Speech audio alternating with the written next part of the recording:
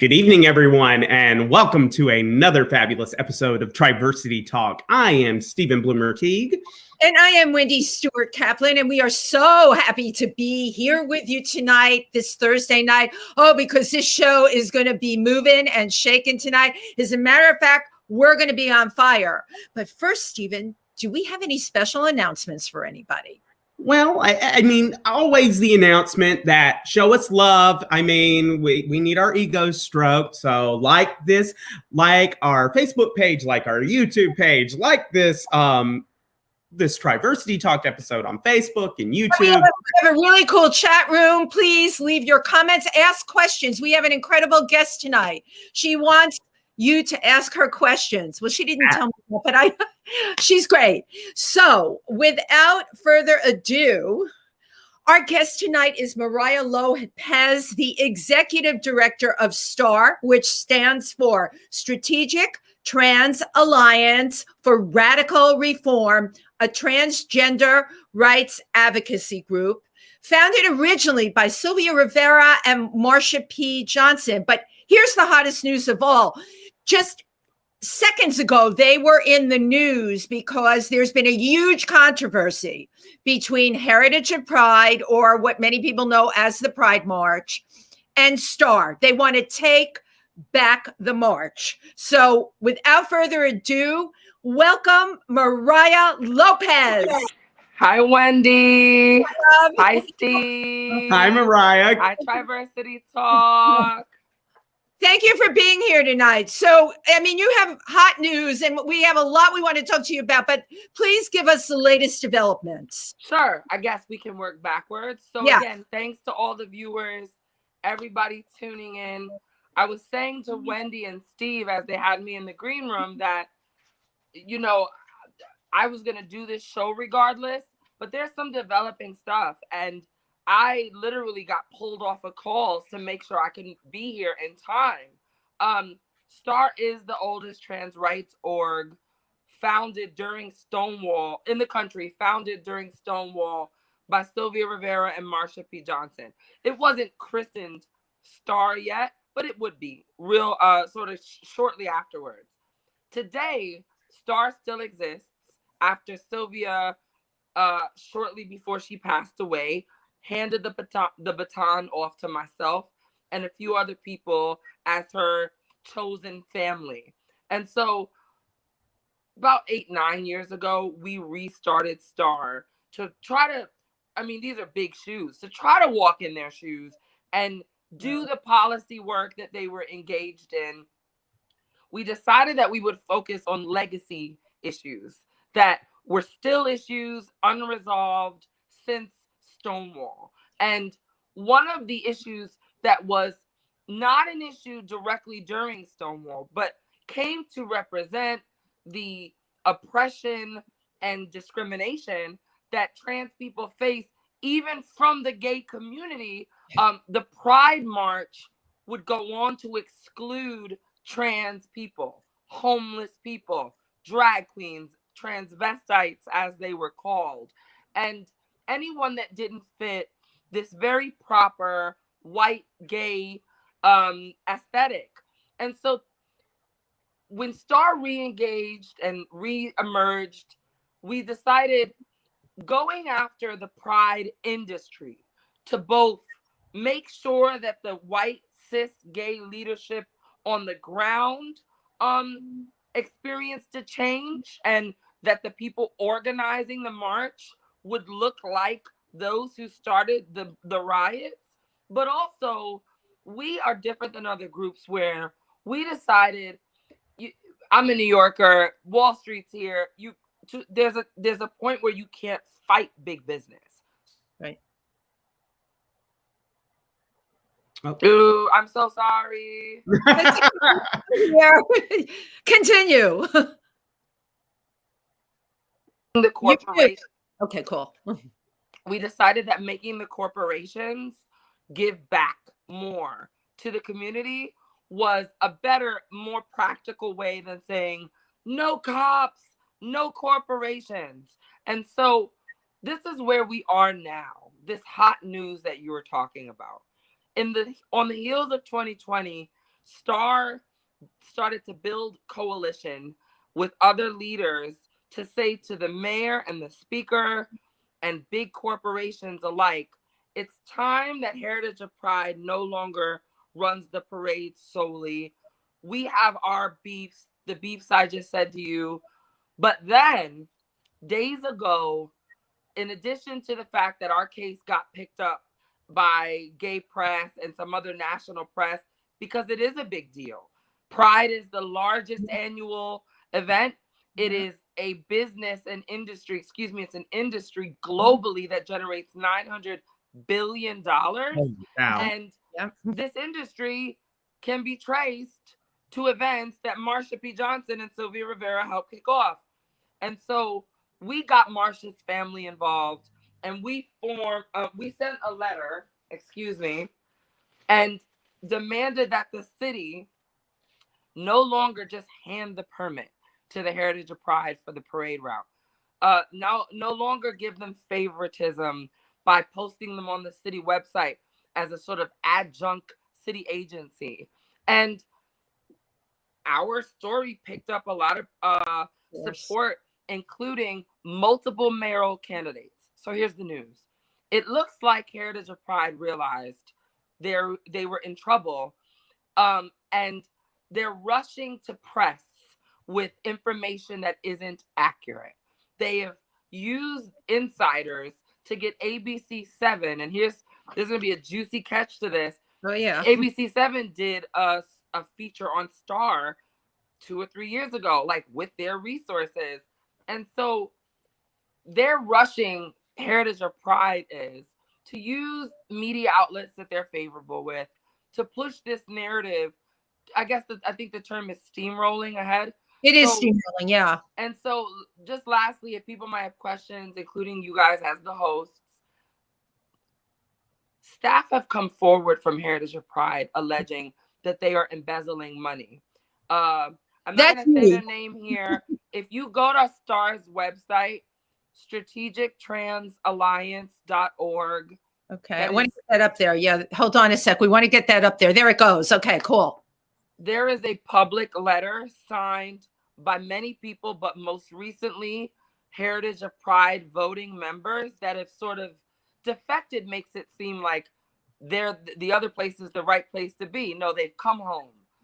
They've said, enough, we want to blow the whistle.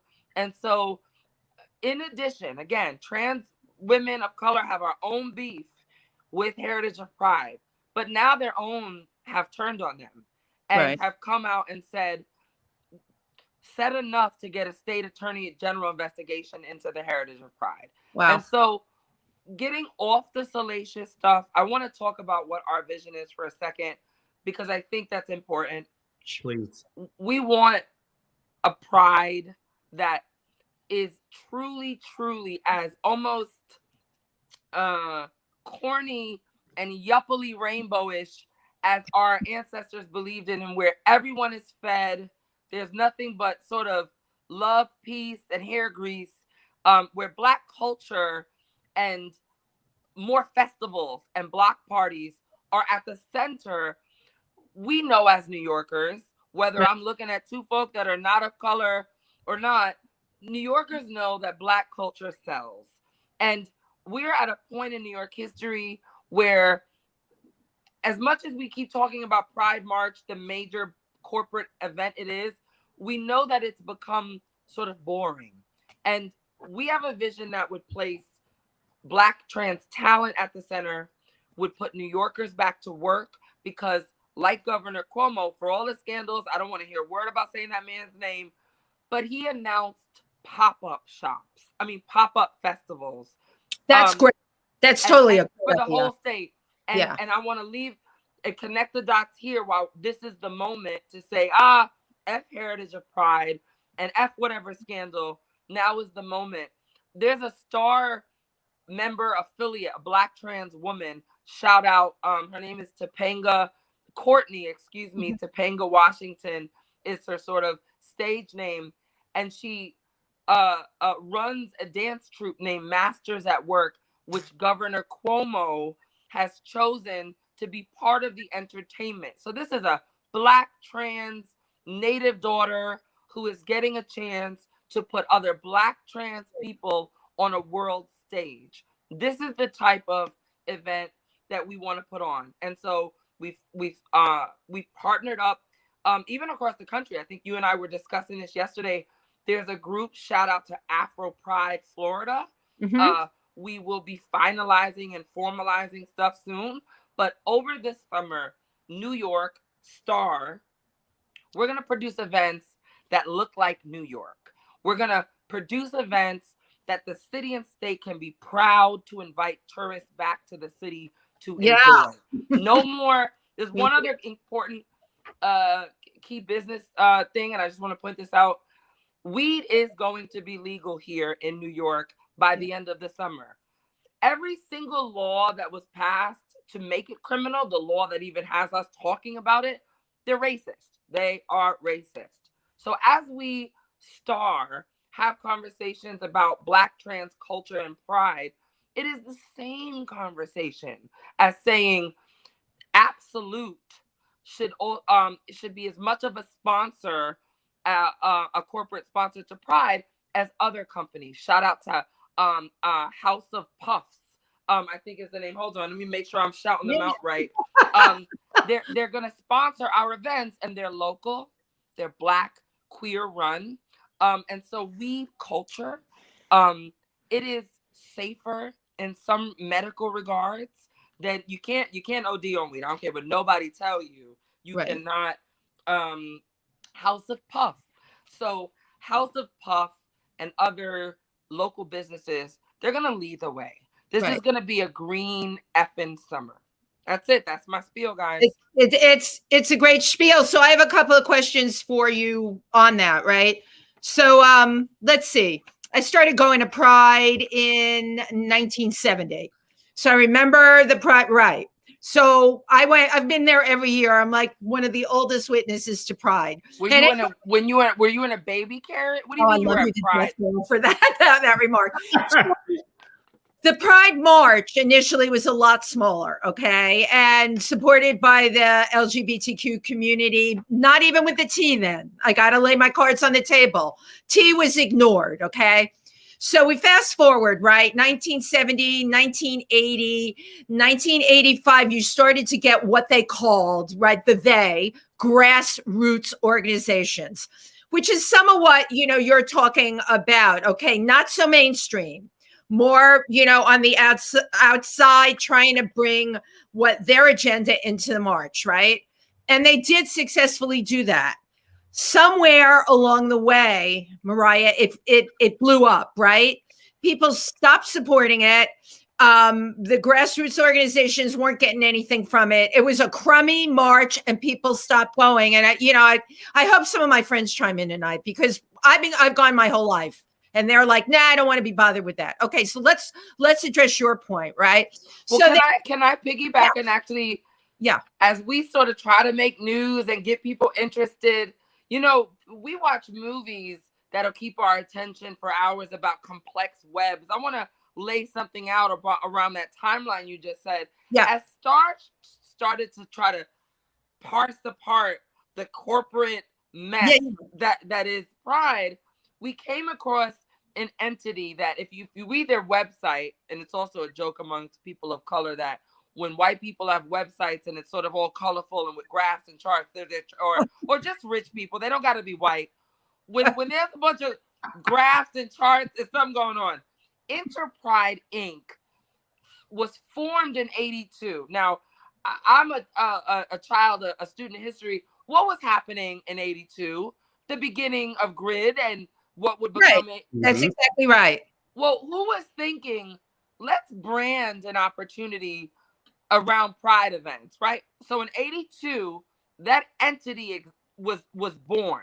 And if you trace its trajectory over the next 10 years, in 92, Heritage of Pride's current inception was created. That is exactly right. Thank you. And so now when we dug, because we started to have beef with them, not a lot of groups can sort of go and poke them and say, we were at Stonewall.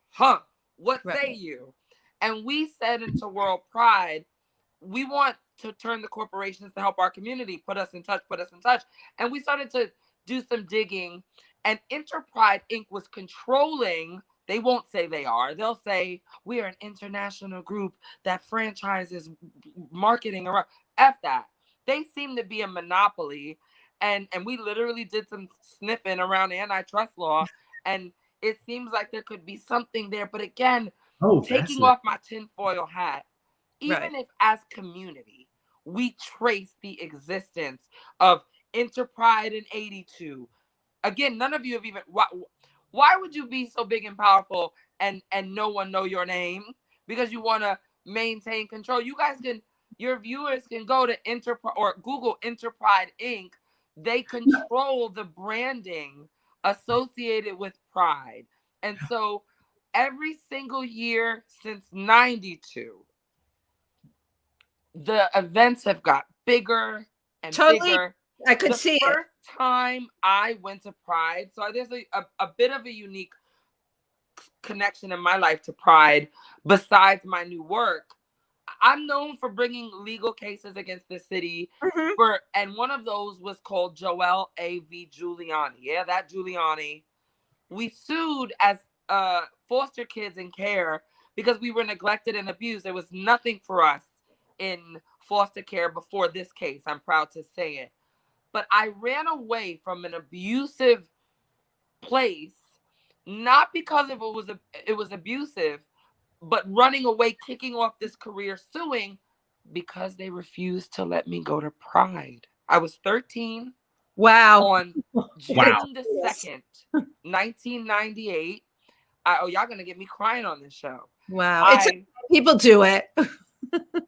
Wow. I said to them, I want to go to Pride. And they said no. Wow. So I ran away. And I thought of this memory because when you said how big it got, I remember. So I actually successfully ran away from this place in Dobbs Ferry and ran to the only gay group home, LGBT queer there was in Gramercy at 327 East 22nd Street. And so I got away, and my lawyers got me removed and got me placed in the Covenant House in Midtown. Know exactly where it is. And so I'm in Midtown as Pride starts. It's June. So as the month progresses, the city is more and more covered in rainbows. And I marched my first Pride in 1998. And so I have this unique connection, and I adore what it represents. It is a central core part of my story. But that little 13-year-old didn't know, oh, I'm sorry, there's a trans woman who started all this, and you couldn't pick her out of a crowd now if someone asked you at this point.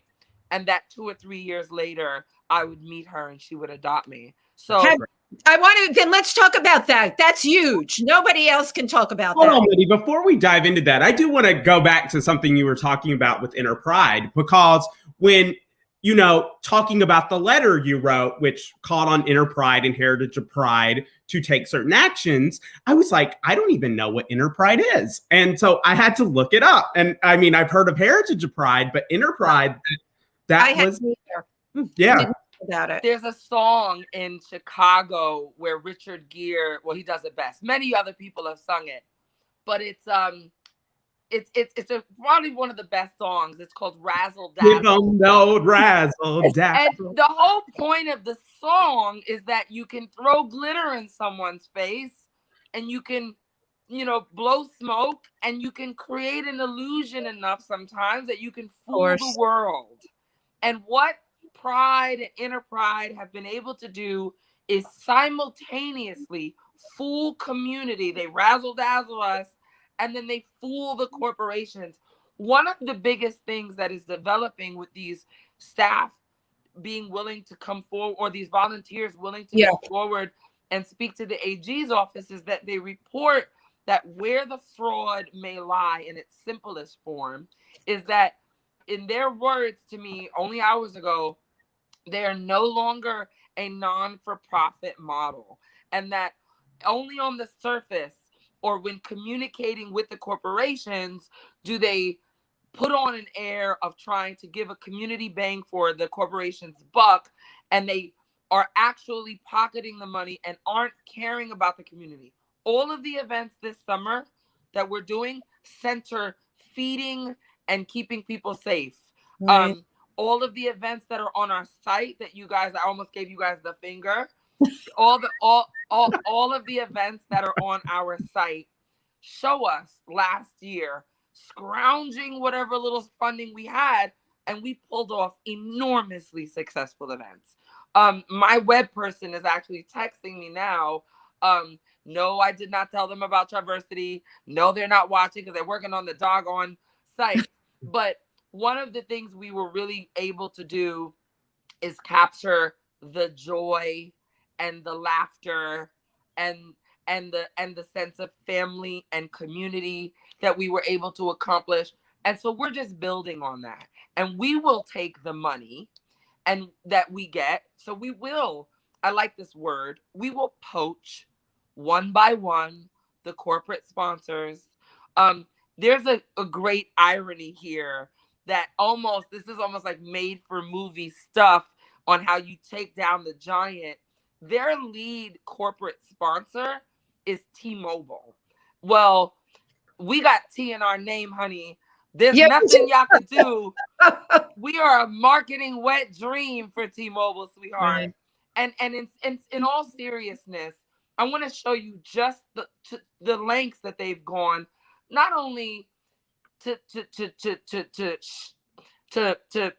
minimize our plight and to sort of make us sort of non-existent. It's what they did with reaching out to ABC7 and trying to make this false announcement. Two years ago, we said to Heritage of Pride, oh, T-Mobile? This is before we realized we're being gaslit. So we were like, great. It's World Pride next year. We were leading in the World Pride. And we said, look, why don't you connect us to T-Mobile so we can do a Put the T First campaign?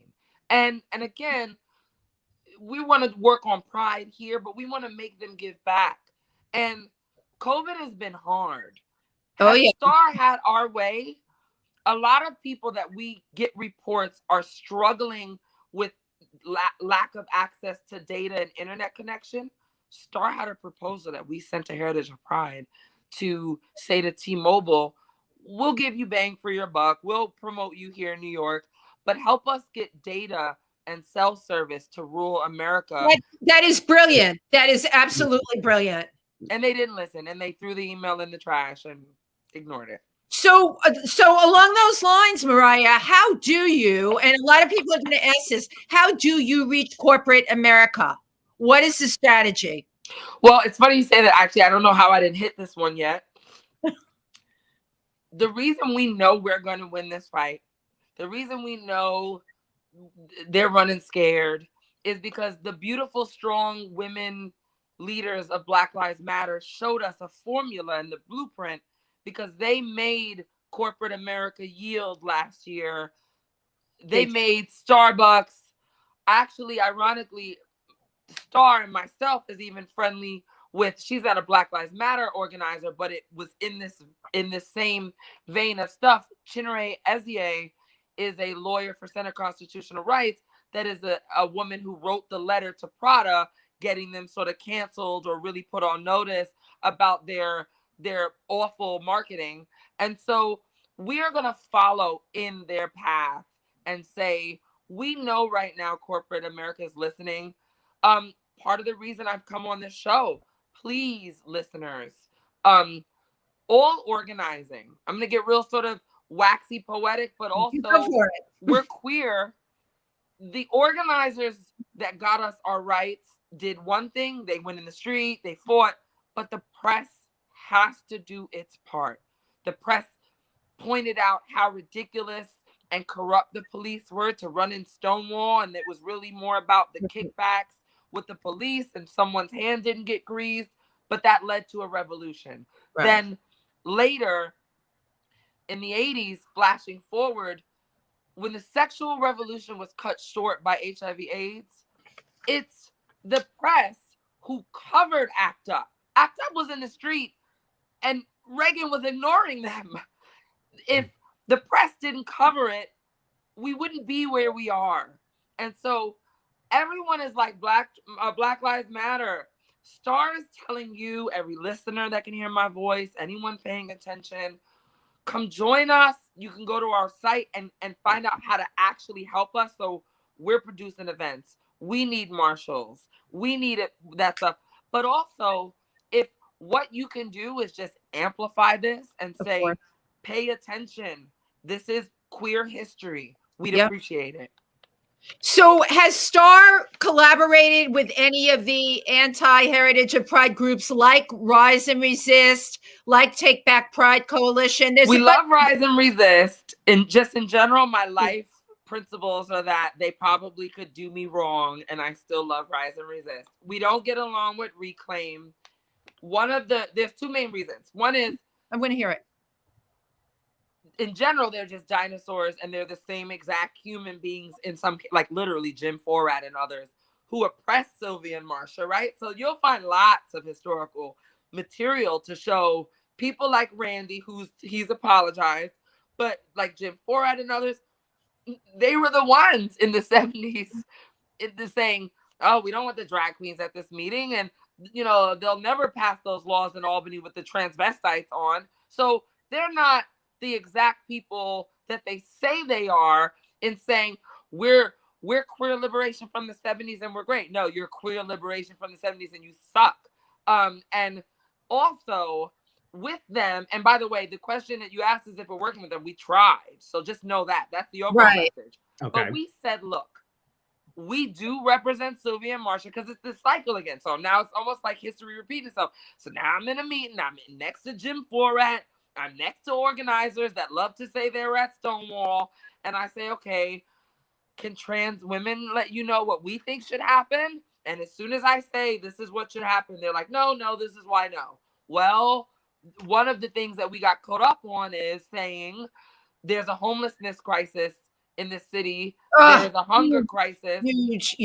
So where they say corporations should be out, we say, honey, we're formed by sex workers. Where's the money? And we would use the money to address these issues. They want their marketing and branding to be, we hate corporations. We hate the police.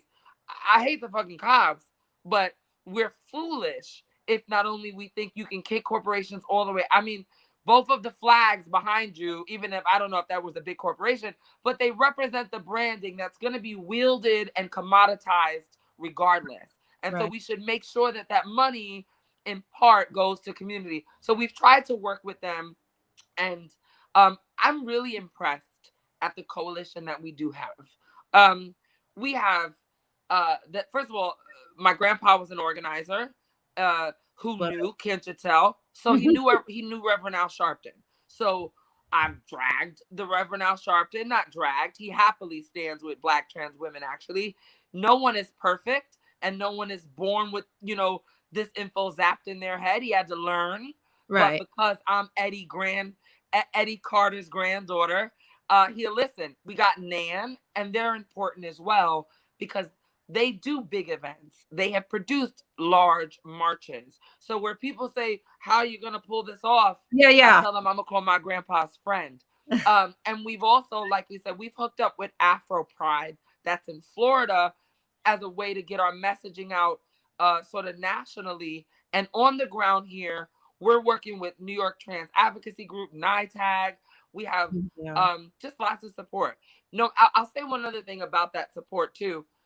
Even because we're scrambling now because it looks like they're doing what white people that have power and money do. They're just trying to steamroll us. But the mayoral candidates that joined us on our call on the 16th, and we have that video. We'll share with TriVersity Talk. You guys can pull clips, do whatever you want. They've made it so that the issue is not going away. So if 2019 wasn't the last year Heritage of Pride produced Pride, it'll be this year for sure. Right. So no matter what, they have pledged Diana Morales and the rest of them, that even if they don't win for mayor, they stand with us. So either the next mayor coming in is standing with us, or we have a huge, strong community backing, and it isn't going away. Right. Well, here's a question about this year, though. Once again, it's virtual. How do you think all of this? No, did you see? Wait, no. hold on. I'm going to ask you because I got a letter from them today. Okay.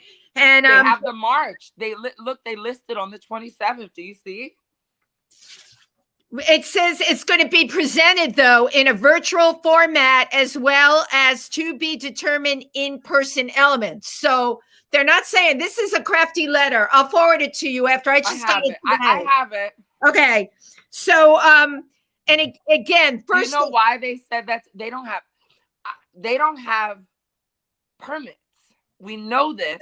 Goes back to the permits. Got it.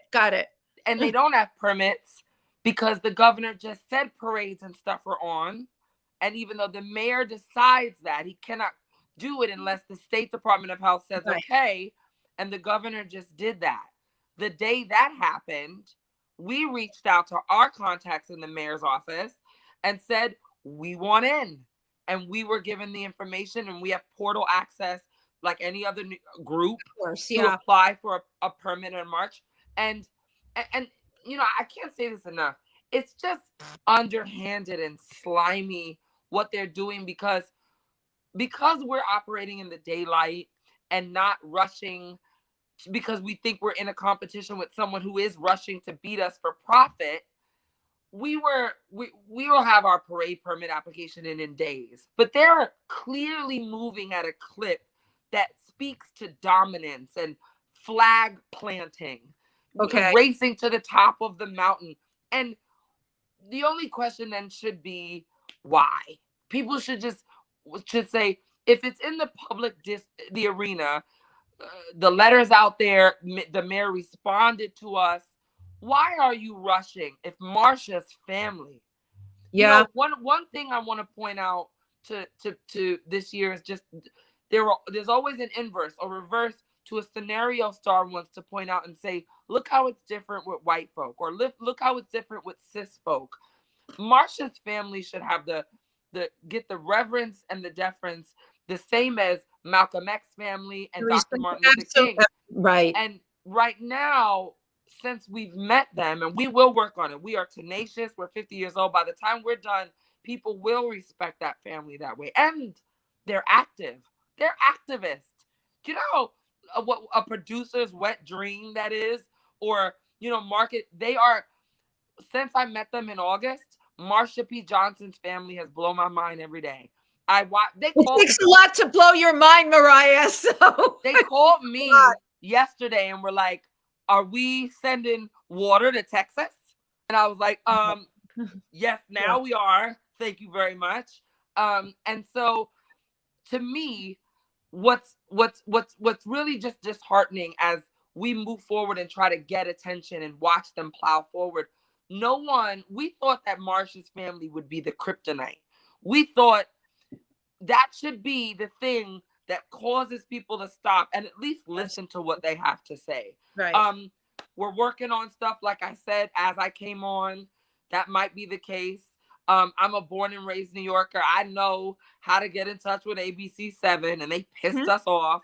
And so the goal now is to use every media op that Heritage of Pride is using to plug ourselves and the controversy. And the way we'll do that is trying to use Marsha's family. We're going to hit those notes like they stole something and say, Marsha's family, right. Marsha's family.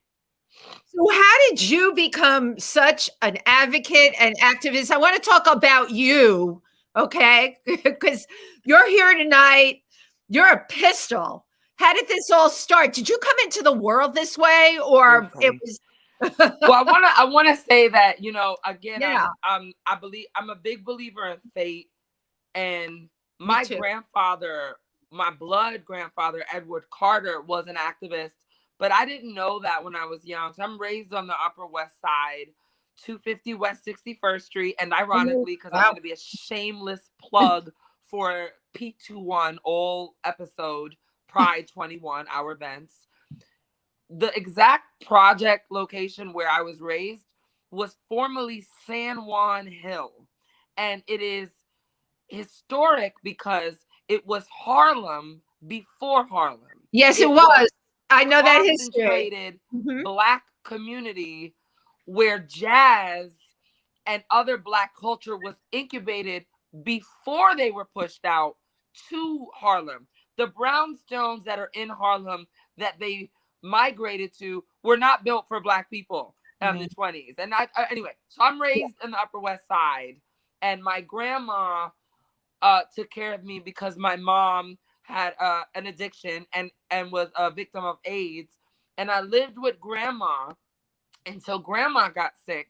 So mom died, then grandma died. This is what happens. Yes. And so I also didn't know my father that well, and he was in and out of prison. By the way, my father is totally supportive. I know him now. You know, cool. I like to say to people about that generation, you know, I have a lot of sympathy because being raised, his life aligns a lot with the timeline of Sylvia and Marsha. I can't imagine being a teen and young in New York in the 70s, right? And so by the time he was old enough to have me with my mom, I understand that they were in a place in New York that I can't imagine. Mm-hmm. And so he suffered from crack addiction, got his shit together later.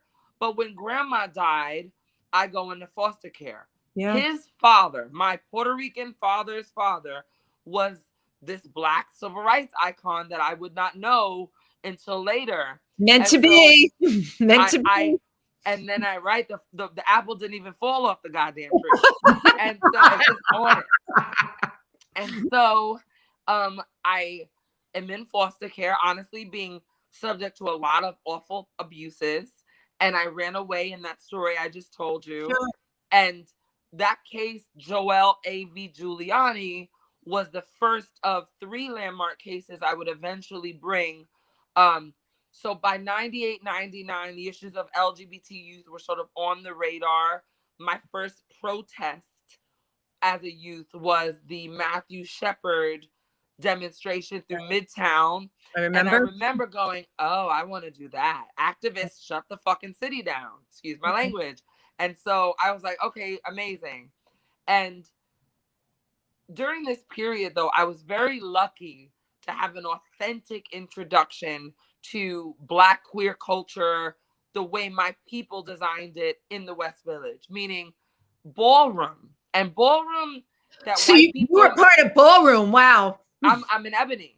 So right. Ballroom is technically finding its roots back all the way in Maryland with William Dorsey Swan and drag queen balls there, is the longest running art collective of Black queer people in the world. Yeah. And so I got connected to Ballroom and I got a little bit of the old pier.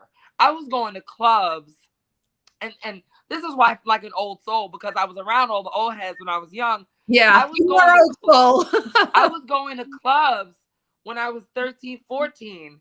And so I got into HIV prevention at that same age. Thank God.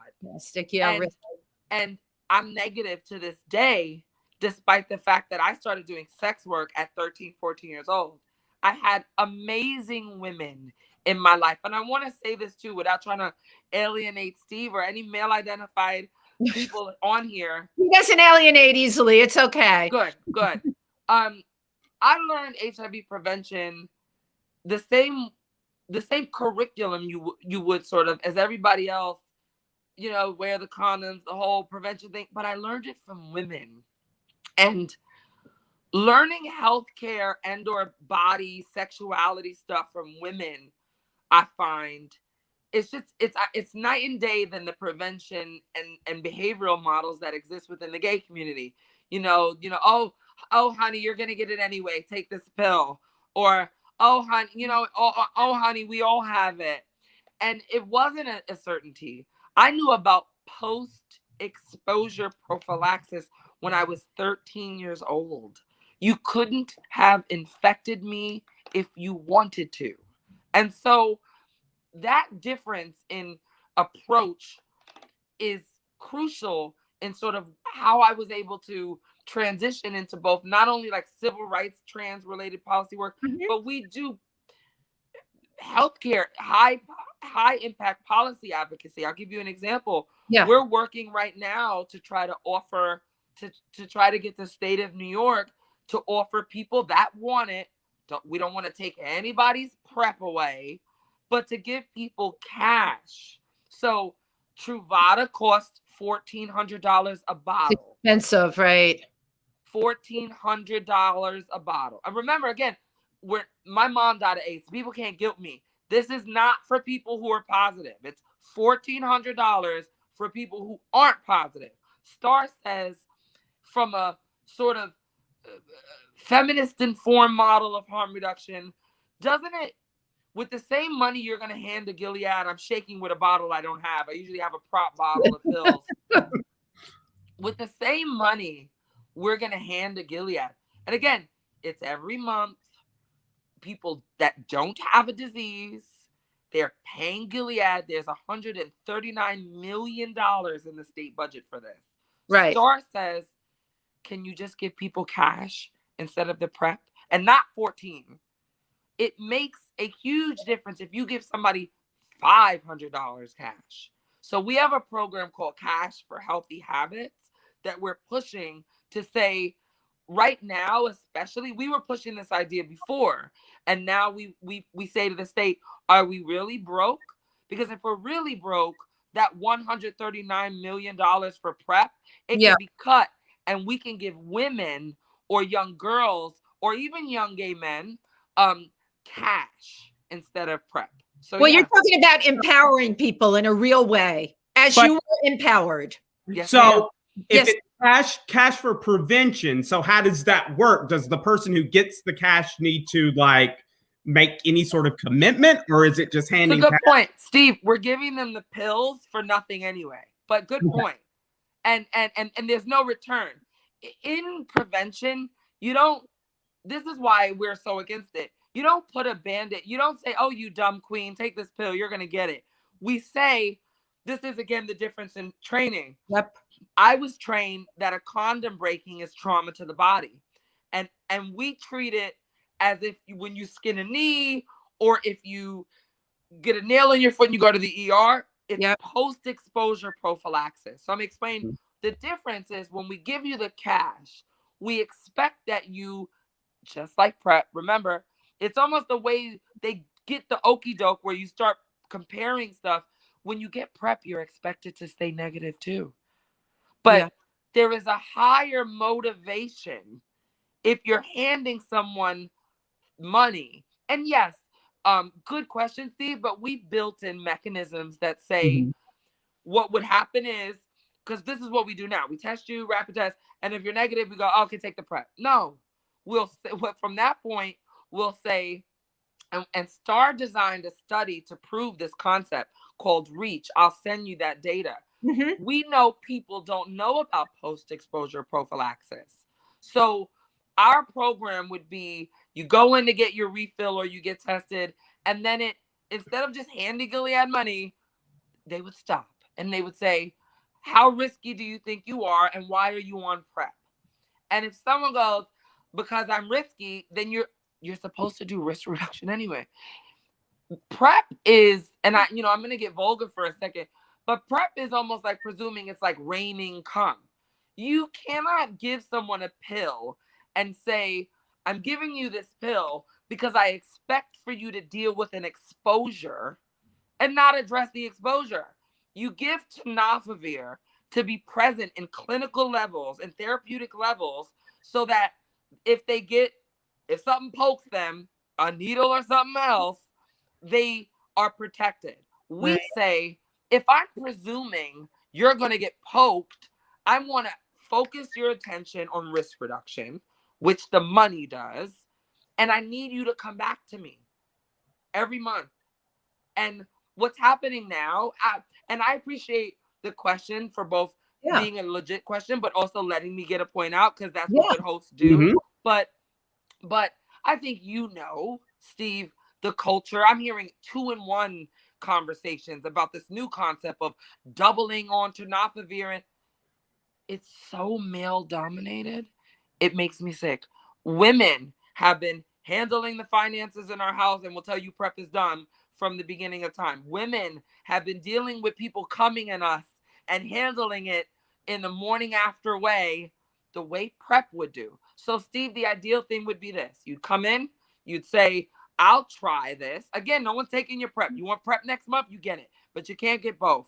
But if this $500 is going to mean something to you, and you think, if you think that, we're also not, because unlike PrEP models, we are realistic. We are not expecting the person's not going to call us and go, he just came in my butt. What do I do? We're going to connect you to very simple post-exposure, which is only 2 pills for 30 days. And we're going to talk about, when I hand you this money next month, because you're still going to get it, because you're going to remain negative, because we caught it. But now we're going to talk about why you have to have 5 partners a month and why your risk is so much higher than it was 6 months ago, and then connect you with something going on in your life. You get, again, the goal with prevention isn't just that they're self-sustaining. You have to guide them through the process.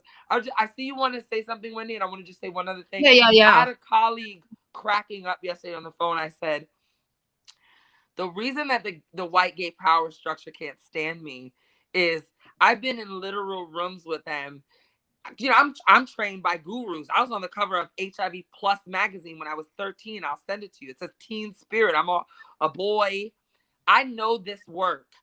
And I said to them, I said, isn't just giving the PrEP ignoring the full medical prevention model we've been trained? Because when you give someone PrEP, you tell them they got to use a condom, right? And they go, yeah, I'm going to blow you guys' mind. So when you do that, we are trained to, it gets looked over so easily, but from telling people to, like, how does this sexual encounter start? You receive consent, then you find a safe space, then you, and it's all things we do really quick in our mind. Okay, let's take it to the bedroom. Oh, she said yes. But part of that sequence is getting a proper erection, checking the expiration date, and then to use the condom properly. According to the FDA, the proper use is to have sexual intercourse and then assess for post-exposure and that moment. The completion of the safe use of a condom, those big bowls of condoms we see in every community center that are all over the city on Pride. Full of them. The actual use involves PEP or an assessment for post-exposure. And you know, enter all the white queens hissing at me like, oh, we hate her.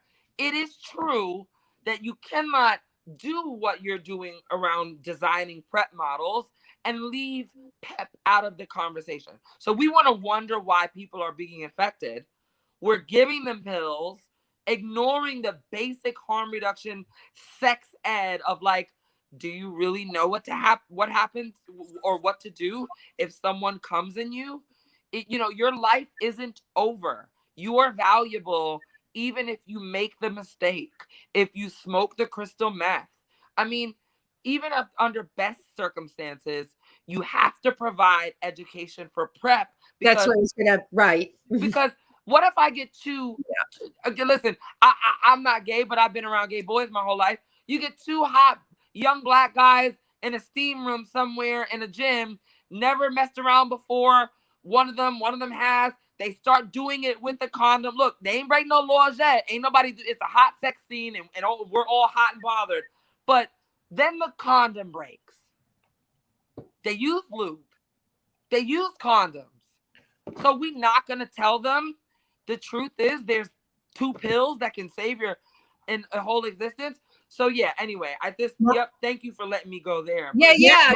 Mariah, I'll tell you, it was another interview that we did a while back with the executive director of the STARR Project, which combats HIV criminalization. And he started talking about PEP. And I don't know if I should truly confess that as an executive director of a organization like TriVersity, that I was completely ignorant about PEP. And as a gay man who bottoms, that I knew nothing about PEP. But I was like, this is news. If I would have known and that. It's older, Steve. PEP. Let me tell you, when you go to the doctor and you get dental work and they give you pills afterwards, that's PEP. When you skin your knee and your mom puts peroxide, it's post-exposure. Yeah. The concept of post-exposure is how we handle every other aspect of medicine except for PrEP. I don't want to seem tinfoil hattish, but the truth is we have to acknowledge, because again, I was there since the late 90s doing prevention work. What has happened is the pharmaceutical corporatization of prevention. Prevention.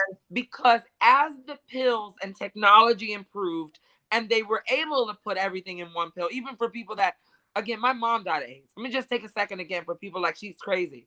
I remember seeing my mom take 33 pills a day, 11 in the morning. She was in a hospice called Woody Crest that is still there doing a hospice related work in the Bronx, and wondering, will they ever turn this to one pill? And when they did, the thing that capitalism does is it makes us go, oh gee, what can we do with this now? We don't. I am living proof you do not need PrEP to be positive. To be negative. Right. I have faced actual exposures with people I know were positive. I have been sexually active and high risk since 98.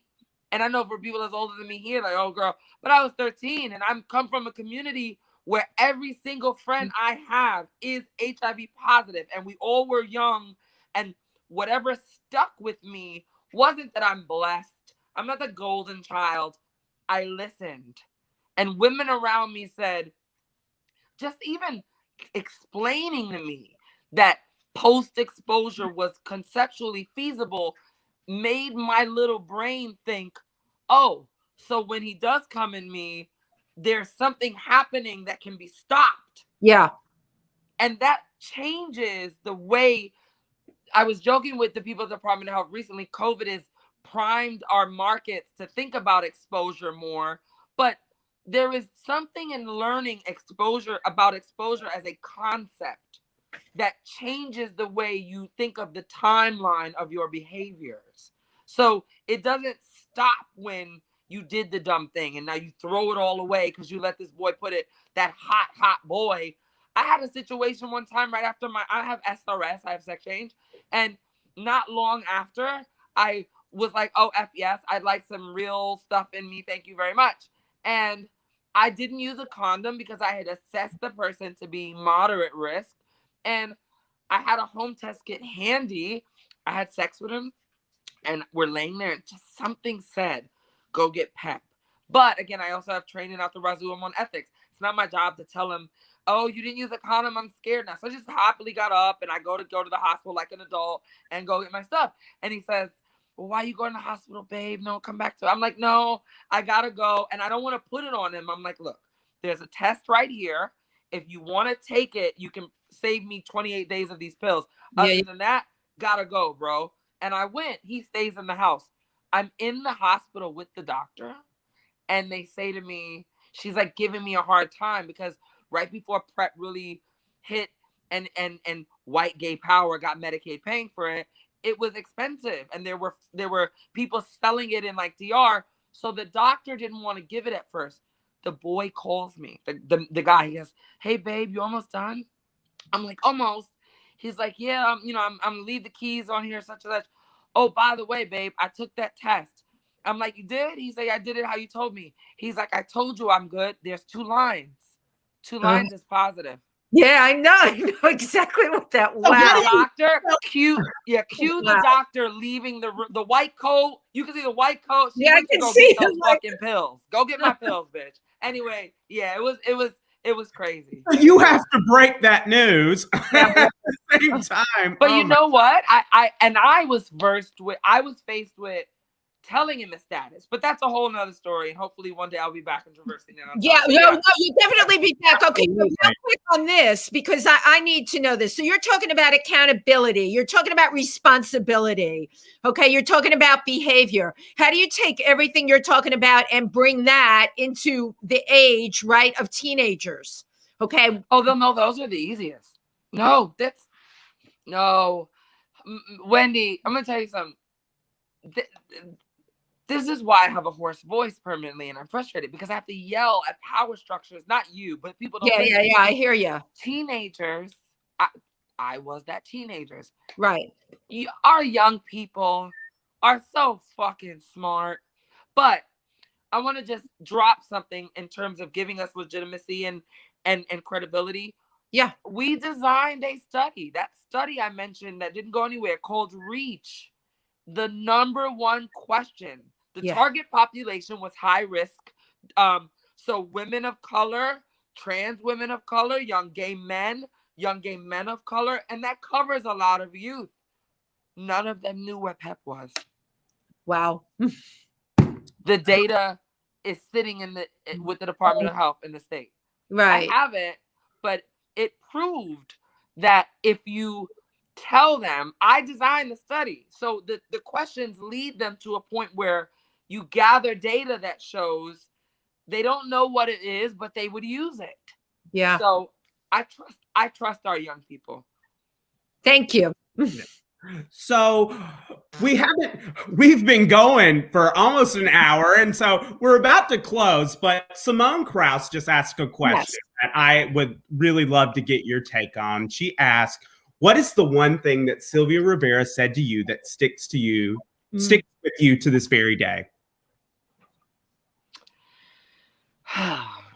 Good question, Simone. Good question. Yeah. You know, it's she didn't say it to me.